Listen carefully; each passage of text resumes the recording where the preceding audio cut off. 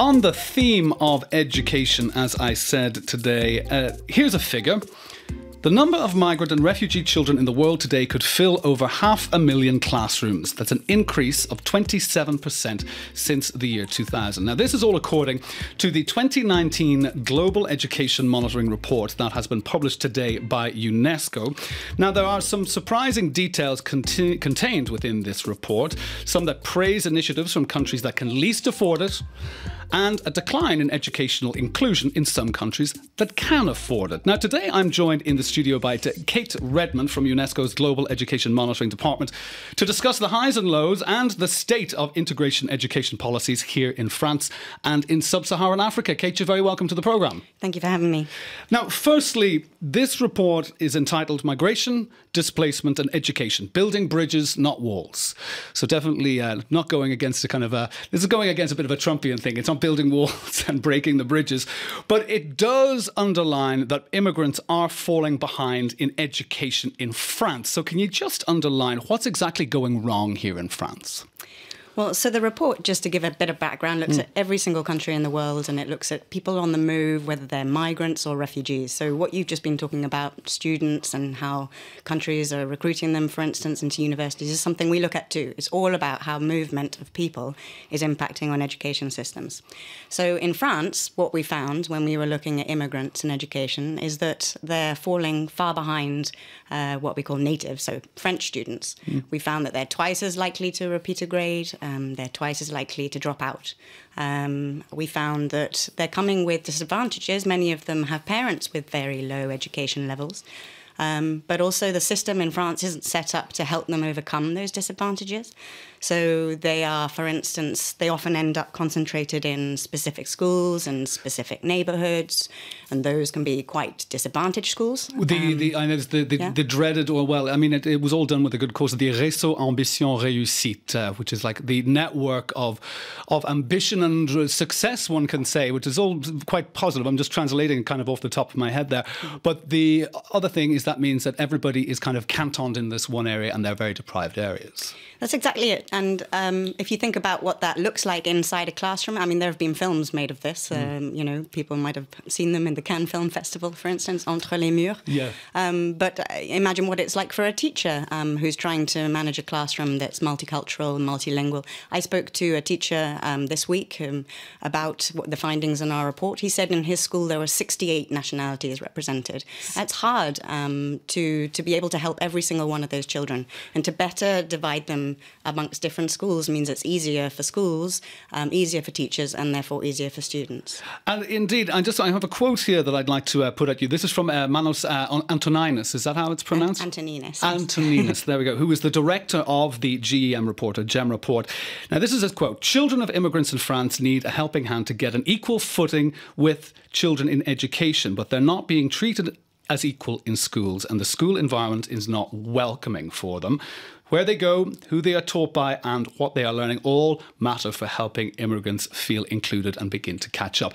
Now, there is pressure under teachers. A lot of them are under-resourced. We know that this is a big political issue at the moment that had a teacher strike only a week ago all across France because they're cutting the jobs across the board here in France. But there is also a problem that dealing with migrant children coming into the classes really brings up their workload. It increases their workload. And teachers, they're human beings, they're getting frustrated. But I mean, is it also that migrants are instantly stigmatized? Because the French system is very homogenous, a very conformist system. And I know this from my own son, coming back from Africa and then getting into the French system. I was like, he's never going to conform like the rest of the kids. But it's a very strict and homogenous system. So is that also a problem? You're right that the teachers don't really represent the children in the classrooms very much. If you want to become a teacher in France, you have to have a French, EU or European Economic Area nationality. So it's very unlikely that a migrant child, for instance, who's come from Africa might sit there and find a teacher that is like him or her. And what you said as well about them not feeling supported is something that we found across many countries in Europe. And especially in France, we found that very, very few, so it was 4% of teachers in schools that had high percentages of immigrants had been trained at all on how to deal with that.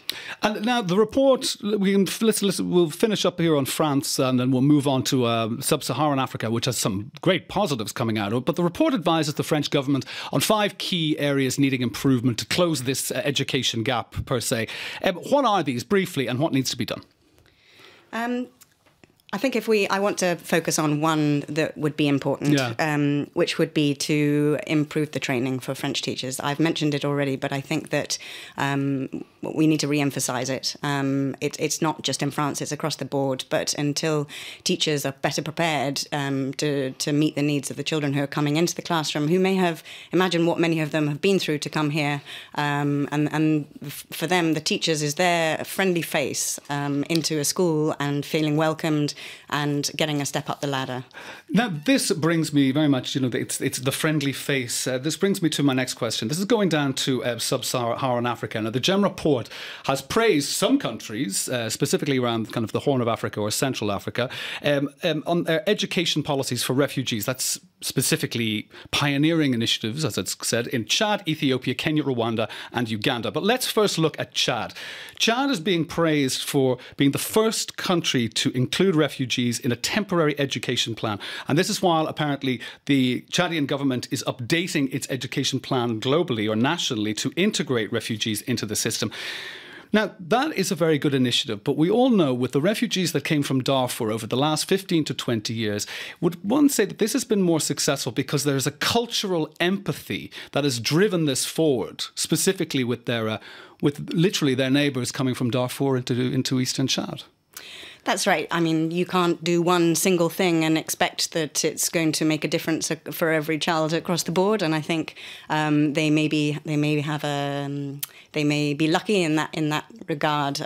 You certainly don't see that welcoming feeling in other countries when you think about sitting here in Europe.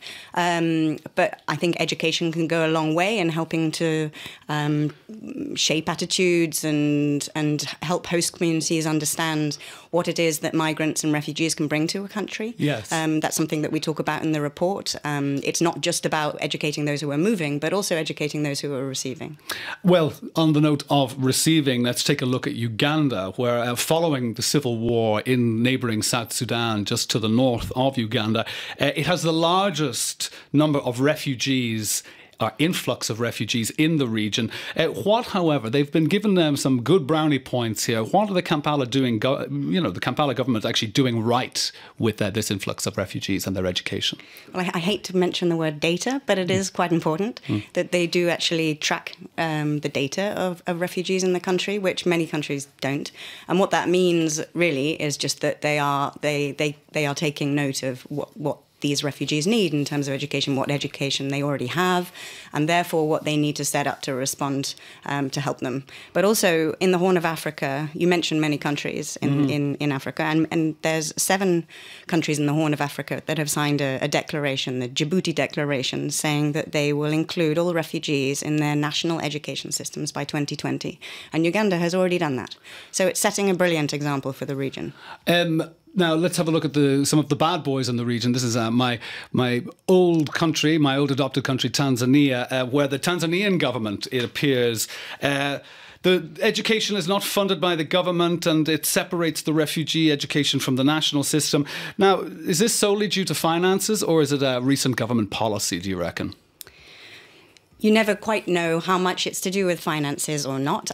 There's no doubt that finance will play a part. Globally, only 1/3 of the cost of refugee education is funded. So at a national scale, at a national level, you can see that it's often even worse than that. But that said, I mean, many other low-income countries, such as Chad, are managing much better. So I do think that there may be an element of political will there as well. The point is, while you see in Tanzania the Burundian refugees, for instance, it's been ongoing since the 1970s as well. I mean, this goes back decades, not just recently. Yeah.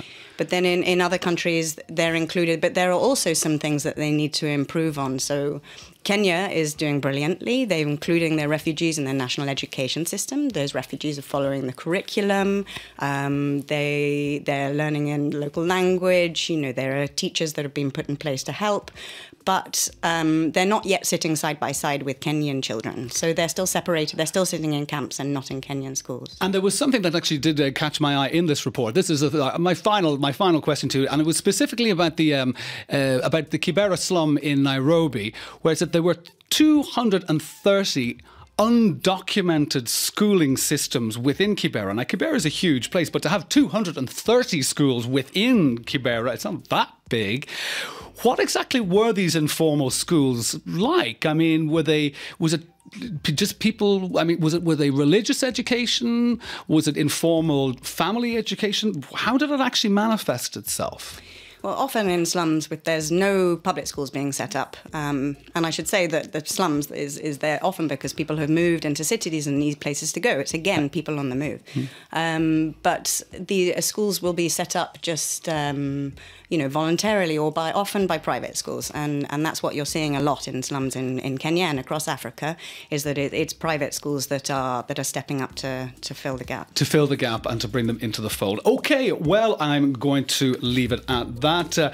Kate Redman from UNESCO, thank you very much for being on the programme today. Thank you.